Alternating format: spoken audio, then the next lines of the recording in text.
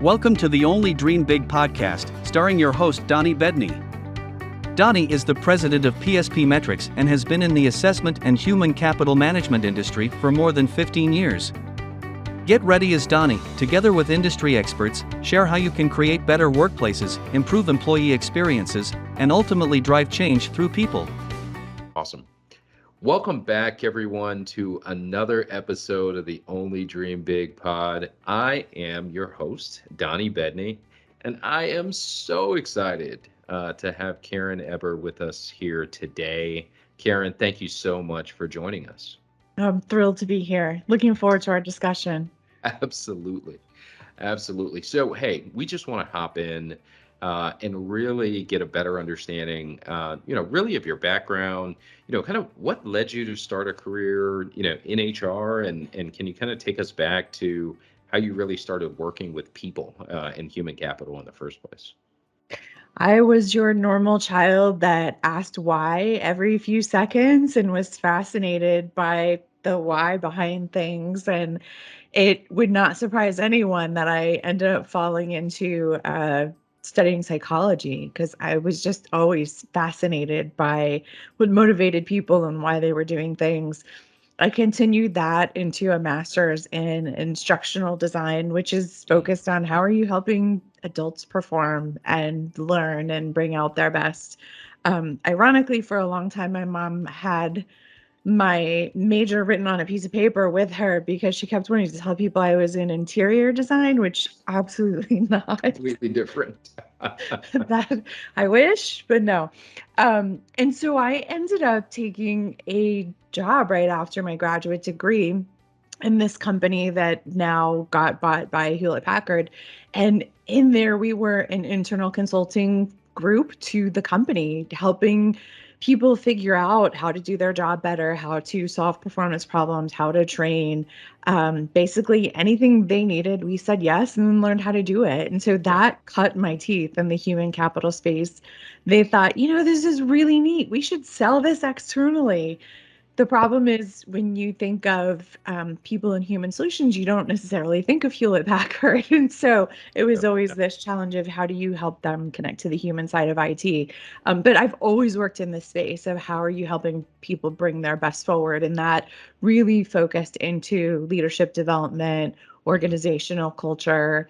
How are you looking at the organizational systems, the knowledge and information and tools people are using, and the people themselves to set them up for success? And storytelling is the thread through it because so much of how we are informing or influencing or just connecting to each other as humans is through stories that demonstrate what we encourage or discourage. So it didn't occur to me until a few years ago that I actually had a career in human resources because most of the time my roles and functions sat outside of it. But yeah, I've always been in that space.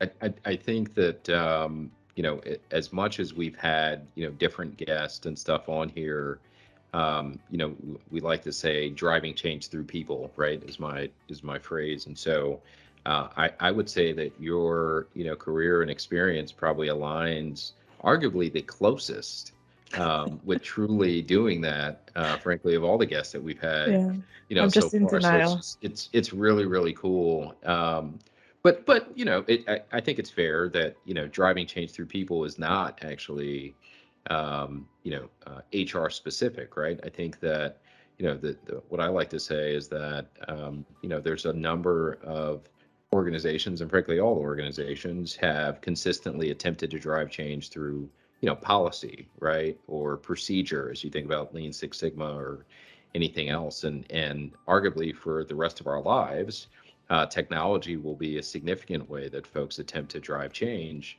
But the only constant in all three of those is people. Yeah. And so, is that something that you have found to be true? And once again, as you speak about your experience and all the things that you've done, and you talk about storytelling, would just be really, really curious to see if that is also your experience. And maybe you can dive into just a little bit of, I believe that we're just living kind of in a very opportune time for organizations to truly embrace the art of storytelling as they're kind of as we're kind of at this watershed moment in history where they have the opportunity to really change the narrative, push more towards a different vision and mission. So all of those things together just seem to be a kind of a really unique time, and would love to hear your thoughts on it. Yeah, so right now I own my own company and work with companies and helping them reimagine and evolve their leaders and their teams. I came to this point from being a head of leadership development in Deloitte and a head of culture and a chief learning officer in General Electric. And in both of those, the reason I think I was in denial about being in HR is that so much of my work was with the C-suite teams on what they were trying to do. And so I was partnering and thinking through how do we best prepare people for what's happening, or how are we driving change through people. In General Electric, when I was the head of culture, it was a business that was 90,000 employees in 150 countries. And the only way you were ever going to get change or culture or anything is when each person gets the chance to think, what does this mean for me? What Yep. do I think about this? What do I want to do?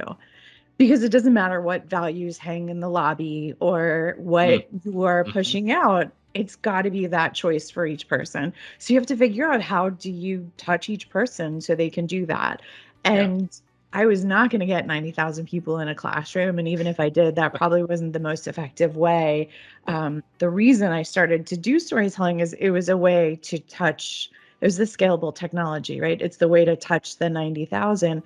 Plus, we have made a shift from, probably started in the late 90s into where we are now, where so much of work in up through the 80s was about sameness. Oh man. Management and Yeah. leadership was, I need each of you to do the same thing just at scale Yep. and have it be the same way. And so a leader's job was like, let's just make this happen over and over at scale. And then as we got into the dot-com era, more people realized, oh, maybe these really unique differences and Mm-hmm. specialties and talent should be maximized. And so leadership isn't about Yeah. sameness, it's about differences, Mm. which is why I think people are struggling with hybrid right now, which we can go down to that in a We moment. will go in that Yeah. direction. But I Absolutely. think that the key in where work is going is, how do you connect to differences? How do you amplify differences? How do you build well-rounded teams of differences? Mm-hmm. And that's a lot of what the work I've been doing is, of how do you help leaders understand that you need to be fair and equitable so that everyone receives the same development and opportunities, but Yeah. how do you then connect with them in the way that they need and bring out their differences? And so storytelling is an amazing way to do that, because whether I have had the experience in the story or not, it is going to neurologically allow me to connect to it, release oxytocin, gain empathy, like all of these Yeah. really positive things take place. So Yeah. um, let me pause there, because I know there's like 5 parts to that question. Well, no, I think it's really, really good, and we don't have to. I think you did a great job of, frankly, answering the broad question in just a very concise way. As we think about hybrid, right? Folks have asked me, and on different panels I've facilitated or sat on. Do we think that remote working, which by the way I think has kind of become like a four-letter word for a lot of executives who haven't necessarily built companies, remote.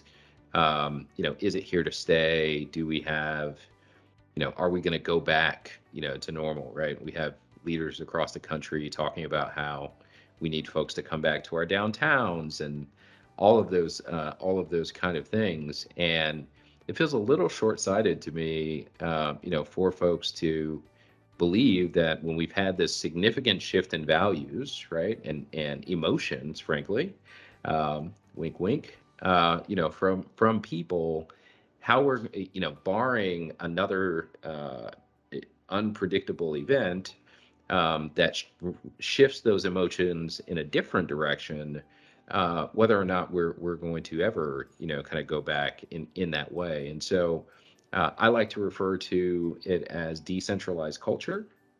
And what are you seeing, or maybe even some advice for some of your clients and other organizations, and how to really kind of deal with that, right? I mean, I completely agree with you from what you just said.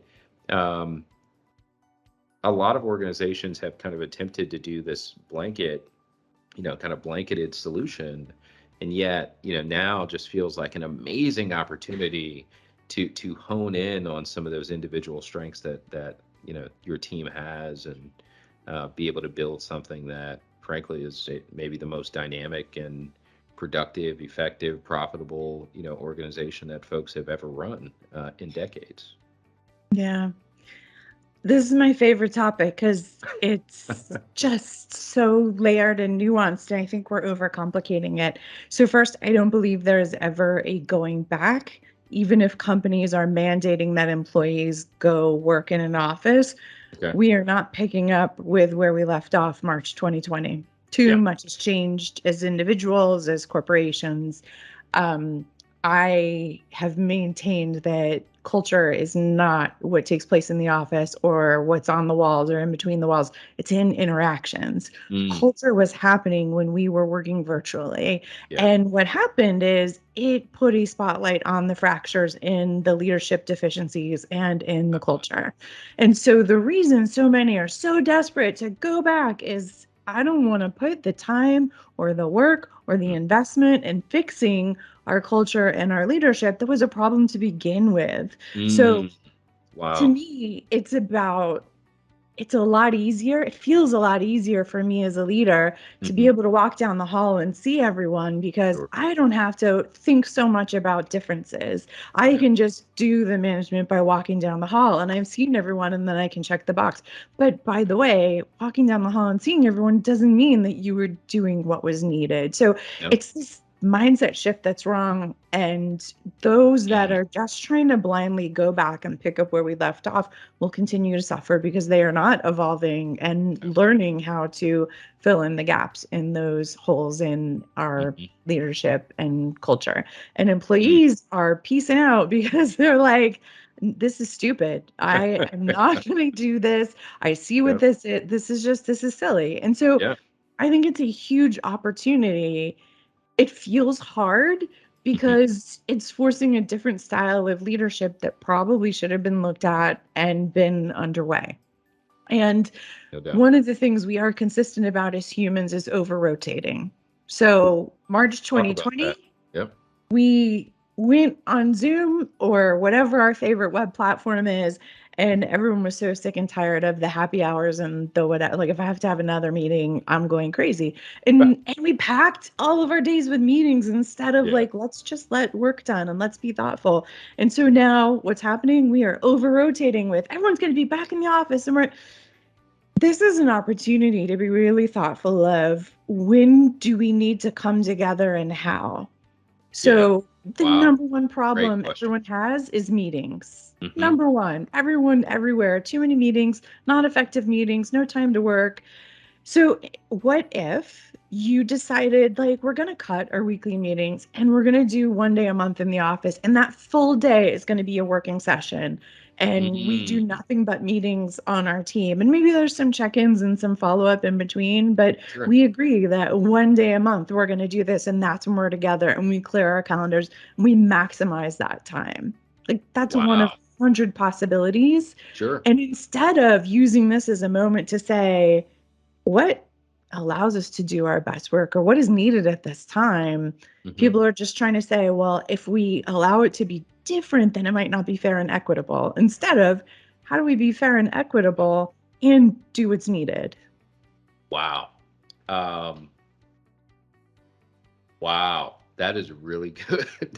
I so I've been thinking a lot about this, and you just have potentially pushed me in a direction on some decisions I'm even making for my own business.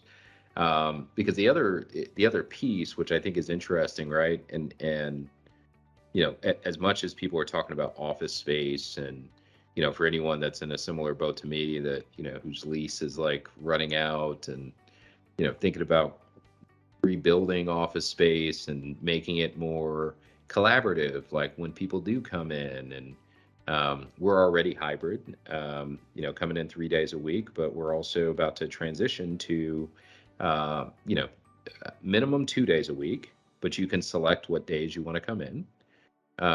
Because some folks on my team, frankly, their work at home environment is different than coming to the office. And whether you have animals or children, or if you don't have a door, then I know some folks find it a little bit difficult at times to be productive. So want to maintain that. But what you just said about the over indexing, if you will, of meetings, the over indexing of oh well, we can do it virtual, so we can always meet. I think is so true, because I've experienced that just in my own life and company. So um, where do we go from here? Let's go back to storytelling for a Yeah, little bit, right? And sure. but continue building on literally what you just shared, right? Um, I think that as you referenced, employees kind of piecing out, thinking about talent currently, right? And the organizations that are getting it right, and maybe you don't have to say any names, right? But I can think of some examples of some organizations that are, and by getting it right, meaning they're willing to be open to Mhm. new things, right? Yeah.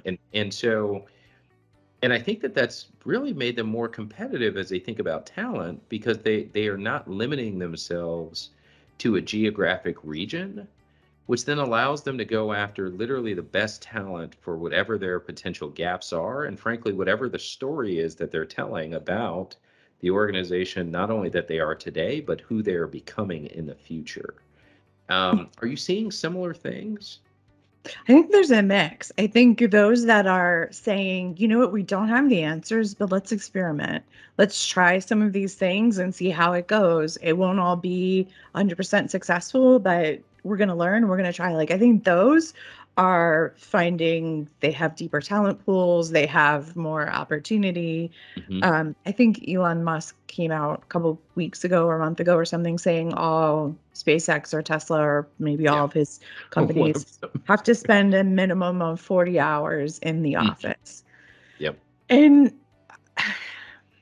at first, I feel like that's dated. I do understand it. I do understand it's harder to replicate the bump into someone walking down the hallway when you're virtual. Still can be done. I've worked with global teams. It can be done. You just have to be intentional. But Yeah. there is an energy in person. So I do get it. But Yeah. what he's saying is we are going to be limiting our talent pool, and it's probably going to look homogenous Yeah. because people that aren't able to be in the office or can no longer tolerate the commutes and Yeah. I mean, the Oh my gas goodness. prices and all of that, like you're just limiting Yeah. the potential. And so much of this is just based on what we've done instead of being open to what could this look like I laughed so hard in the pandemic with all of these global companies that kept saying we have to get back in the office.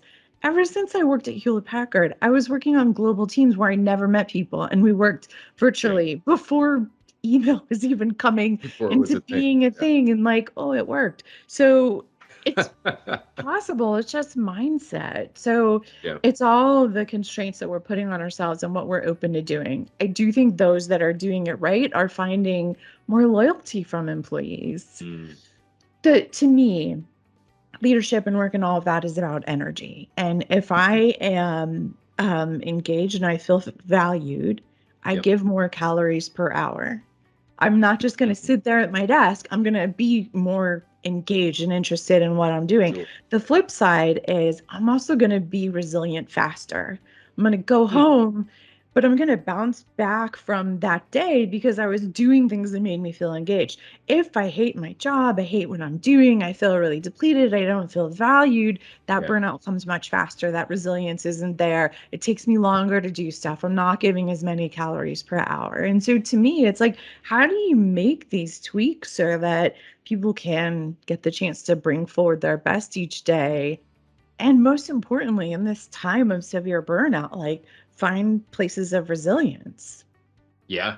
Man, resilience is I know I remember it was such a hot topic. I feel like it in a funny way, kind of pun intended, very quickly kind of flamed out as a buzzword, frankly, where some organizations are really talking about, oh, we want to measure resilience, and it's like, well, I don't know if it's necessarily based on like specifically like a characteristic that a person has, as much as maybe it's, can we create environments where we support people, as you're kind of talking about, in making it through and being able to bounce back from a resilience perspective. So that is powerful, powerful.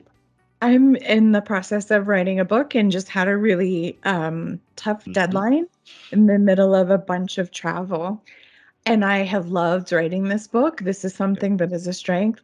And man, I hit burnout for a few weeks. And so this is the thing of like, you can be doing what you love yeah, and too much gets in there, or there's just too much life or all of that. And you yeah, get there. And there's a toll on that.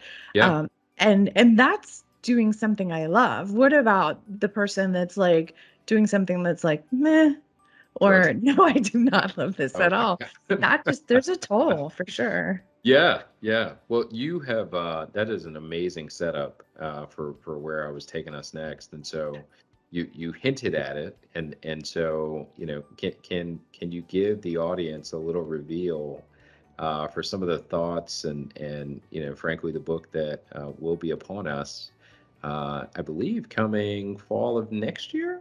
Yeah, 2023. Yeah. Yep. So it Um, is on storytelling, and it's evolving the conversation on storytelling because there's definitely been many before me that started it.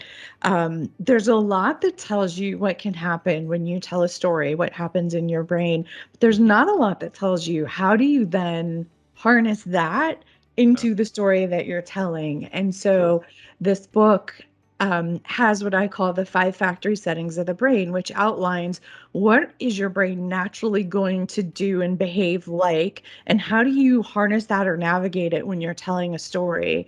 I'm Mm, teaching people how to hack the art of storytelling by really leaning into the functions of the brain that you can incorporate into the way you build a story that's going to mm, make the brain more engaged. So it mm, is a methodical approach to storytelling, from the science to how do you use the science to where do you get ideas, what's a structure for it, how yeah. do you engage senses, how do you navigate vulnerability in storytelling or stop storytelling from being manipulation, Mhm. data in storytelling. It takes you through all of it. And one of Mm, the things I'm doing right now that I love is I've been interviewing people that tell stories in different ways. interesting. So, a Harvard professor, a script supervisor, script Mm, therapist at Pixar, yeah. one of the founders of Sundance, a Mm, neuroscientist, like people that are in different walks of life but use stories, because I want to show there's so many different ways you can do this. And so yeah. each chapter includes a vignette interview from them, because my goal is Wow. to make it accessible and make people read it and see, okay, there's stuff in here I can apply and go tell a story with. Yeah. Yeah. I mean, it's so powerful, and I think it really ties into this whole fact that we're human, right? And so you referenced earlier that whether we're hybrid or anything else, we may have to gather. And if you think about our society prior to social media, frankly, television, and maybe even going back for some of our listeners who are younger, they may not necessarily remember the radio, but just think about, how so much of our society and communities and everything else were based on oratory, right? And so I know you've referenced, just the power of the mind to really put us in places, or feel like we're in places without actually being there. And so I am, for one, very, very excited about the book. I've learned so much from you just in our pre-talk and also our conversation today, but I would love to get better at my storytelling, both as a leader, but then also even for the show, right? It's just such a powerful skill. Um, what other, I mean, any other tidbits that you can potentially share, or morsels, for how folks should be thinking through storytelling, and specifically as we think about leaders, that maybe either want people to kind of have a deeper connection to, the mission, vision of the organization, a little bit. How should they be thinking about how they articulate that to, folks who report to them, or frankly, just across the entire business? Yeah, one of the first factory settings is probably the one that people violate the most, and it is this idea that your brain is lazy. No. And what that means is that your number one goal of your brain is to get you through the day alive. And when you do, your brain's like, high five, do the exact same thing the exact same way tomorrow because we know it worked. Because anything different is going to make me have to spend more calories. So Got it. your brain is using 20% of the calories in your body, and it's like the stingiest banker. It always wants to have a surplus because it never knows when it's going to have to spend extra calories because you are learning something new or different. It's requiring focus, attention, or danger. Okay. So in storytelling, what that means is you have to make the brain spend calories. So think about the book or the movie or the meeting where it is so clear where it's going, so clear. What happens? You check out. Like, Yep. yeah, I know what Yeah. this is. Yep. Thanks, right? And then you get there and you're like, yeah, thanks, knew it. So what that means is you've got to build and release tension in a story, which means you are including not corporate speak, not acronyms, right? You're using language and expressions and metaphors that are intriguing. You're putting in plot points that are unexpected, or you are amping up the tension in the story. You're using really specific details. So if we were talking about dessert, you wouldn't say, oh, I ate dessert. You would say, I ate pistachio ice cream with colored sprinkles. Like Got it. specific details are going to start to engage the brain, and you use the senses. And so even something as simple as keeping in your mind, when I'm telling a story, I need to be thoughtful about how to not be predictable. How often in business do people use the phrase, um, uh, I just blanked on it. The breakfast culture, each strategy for breakfast Oh phrase, yeah. right? I think I would remember this, but There's my so brain's many. already like, no. So No, there's so many of these phrases that we overuse that mean nothing. We just tune out when they yeah. happen. And so how do you be thoughtful in what you say and not try to settle into the most common corporate speak to capture attention?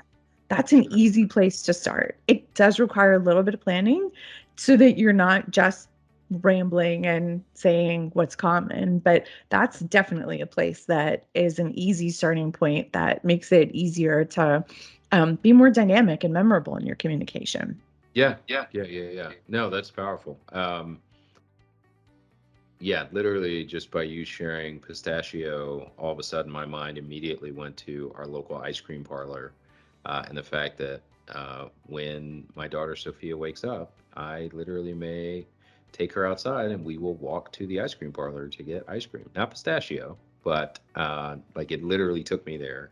Right. That's Immediately. exactly what's going to happen when you are more vivid. So I was talking to someone in a professional services firm, and she says, sometimes when I'm talking, I'm like in my head trying to think of like, what's the appropriate corporate phrase I should use? And sometimes I just don't care. And I said, you should always not care. You don't want to sound like everyone else. You don't want to say a Yep. culture each strategy for breakfast every day. Like, boring to the brain. Please. The brain is just going to tune out.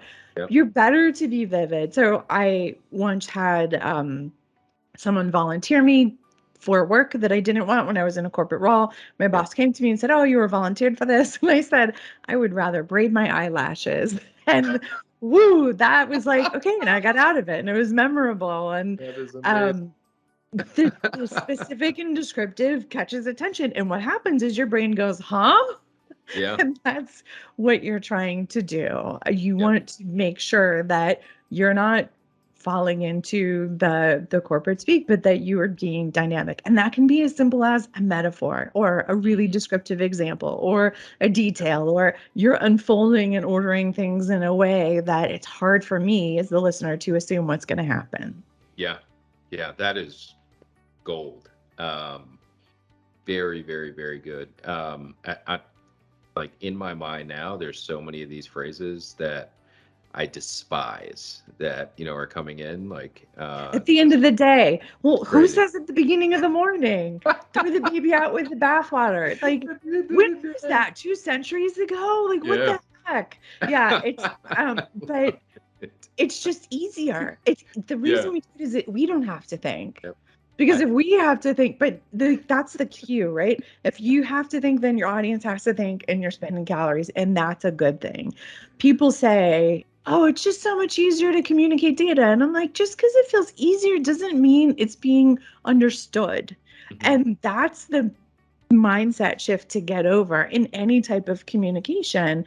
Yeah. People just think, well, you have a natural talent and it's easy. No, you practice this. Yeah. You can, in 5 minutes before a meeting, be really thoughtful of what do I want my audience to come away with? Yeah. How do I be thoughtful of that? And how do I plan that? It doesn't have to be lengthy, but you do have to put some effort in. Yeah. Yeah. That is so powerful. As we think about culture and talking about culture, I mean, the amount of leaders that have told me, like, as we're talking about culture or engagement or anything along those lines, who literally repeat that canned, like, well, we believe that if we treat our people right, then they'll treat our customers right. And I'm like, Or even look at the values. We value trust, yeah, transparency, candor. yeah, Like what they're all the same. They're all the same. But that, the yeah. experience of After it being with isn't you for helpful. 20 minutes, I already know that those things are just not true. Because Yeah. in this meeting, all you've recited is corporate speak over and over and over again. So, Yeah. how candid are you really being? Wow. Wow, wow, wow. Well, Karen, I mean, this is why you do what you do. And frankly, I just we were talking about very consistently. I've talked about, the importance of really having a clear understanding of like the current state of the world, and then using that to push people towards like where they should be in the future, right? And I think a significant aspect of that is folks tuning into your knowledge, wisdom, and just the practical and pragmatic things that you've shared with us today, because the art of storytelling is going to have to improve, in people's ability to communicate, right? You spoke The other, about data. It's yeah. unbelievable. The other thing that storytelling is going to do is you want to move forward is that it's going to connect individuals to what they aspire to or what they Mm, want to have. Because so I like to talk about one of the other factory settings is that a story will place you in an in group or an out group. So the in group is, oh, I feel a sense of belonging. These are my people. I feel a mhm. connection. I Yeah. understand. Or this is something I aspire to. Like, I want this. Or Mm. an out group is, no, I am completely different. This is not who I am. And out groups aren't bad. Okay. Charities place us in out groups all the time. Sarah Yeah. McLachlan used to like put that TV shit, like the animals trembling in the cages and they're crying, and Yeah. you're like, oh my gosh. Or the water charity tells the story of a Yeah. young boy that like goes to carry water 3 times a day, and you're like, I go to my tap and get water. So being in an out group isn't bad. It's just does this feel familiar? Or does this feel different? And when Mm. you were talking about the future, you want to lean into either of those, because when you're trying to drive change, you are either trying to connect people to the aspirational and where we're going, or Yeah. you want to make them realize we can't stay here. We Yeah. want to leave this place. And so the ability to connect people to what can come next can happen so powerfully through stories. Oof. Yeah. That imperative, just literally what you just said, just really stuck out to me. Like that whole like we can't stay here. Like we have to go somewhere else. And once again, just the energy that even the wordplay, kind of in that, just all of a sudden at least invites me to like this is imperative that we move, right? Like literally lift your foot up, let's move. That is phenomenal. Um, we have to have you back, because we unfortunately I love can't it. speak all day. Um, I will be buying your book. Where can folks find you? social, anywhere else? Where can they, pre-order the book whenever that time is potentially? Because I know folks are going to want to tap in and just be able to tap into you, even leading up to next year. Yeah, so website is the easiest place. It's my name, Karen Eber, KarenEber.com. Yeah. Two things to check out. There's a book page there that will give you information about the book, when it will be available for pre-order. It is coming out fall 2023. The second thing is to poke around in the brain food section. This is my blog of free resources. You can filter by leadership, culture, storytelling. Mhm. Each one is story based and has tips for things that you can play with and implement. And so there's a good library of resources in there. Yeah, yeah, that'll be amazing. And there are some more jewels in there, you all. I have poked around a little bit myself, and after our conversation today, I plan on doing it a little bit more. Karen, just so amazing having you on today and spending time. Thank you so much. Thank you for having me. Such a fun discussion. Yeah, absolutely. And thank you all for listening. This has been the Only Dream Big pod, and we'll see you next week. Take care.